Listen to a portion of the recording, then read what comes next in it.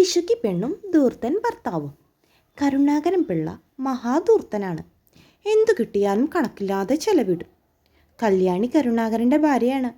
അവൾ ഭർത്താവിൽ നിന്ന് കിട്ടുന്ന പണം എത്രയും നിധി പോലെ സൂക്ഷിക്കും. ഒറ്റ പൈസ ചെലവാക്കില്ല. ഭക്ഷണം വളരെ ലുപ്തിയായാണ് അവൾ ഉണ്ടാക്കുക. ഇങ്ങനെ രണ്ടുപേരും രണ്ടു തരമായതുകൊണ്ട് കുടുംബത്തിൽ ഇന്നും ശണ്ടയായി. അവസാനം രണ്ടാളും ഒരു സന്യാസിയെ ചെന്നു കണ്ടു. രണ്ടാളും സന്യാസിയോട് പങ്കാളിയുടെ കുറ്റങ്ങൾ പറഞ്ഞു തുടങ്ങി. ഭർത്താവിന് സാമ്പത്തിക കാര്യങ്ങൾ പിടിപ്പില്ലെന്ന് ഭാര്യ പറഞ്ഞപ്പോൾ ആവശ്യാനുസരണം ഭക്ഷണം ഭാര്യ ഉണ്ടാക്കാറില്ലെന്ന് തുടർന്നും കുറ്റപ്പെടുത്തി.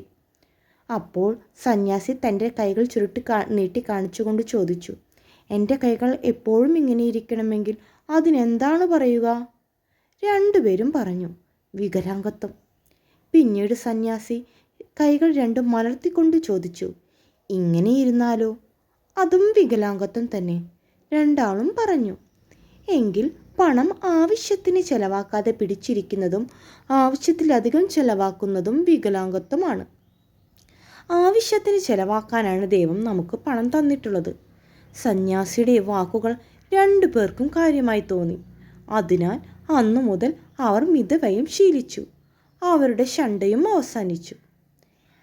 ഇതുപോലെ തന്നെ നമ്മളും നമ്മുടെ ജീവിതത്തിൽ ഏത് സാഹചര്യത്തിലും മിതത്തോടെ ജീവിക്കാൻ ശ്രദ്ധിക്കണേ കൂട്ടുകാരെ.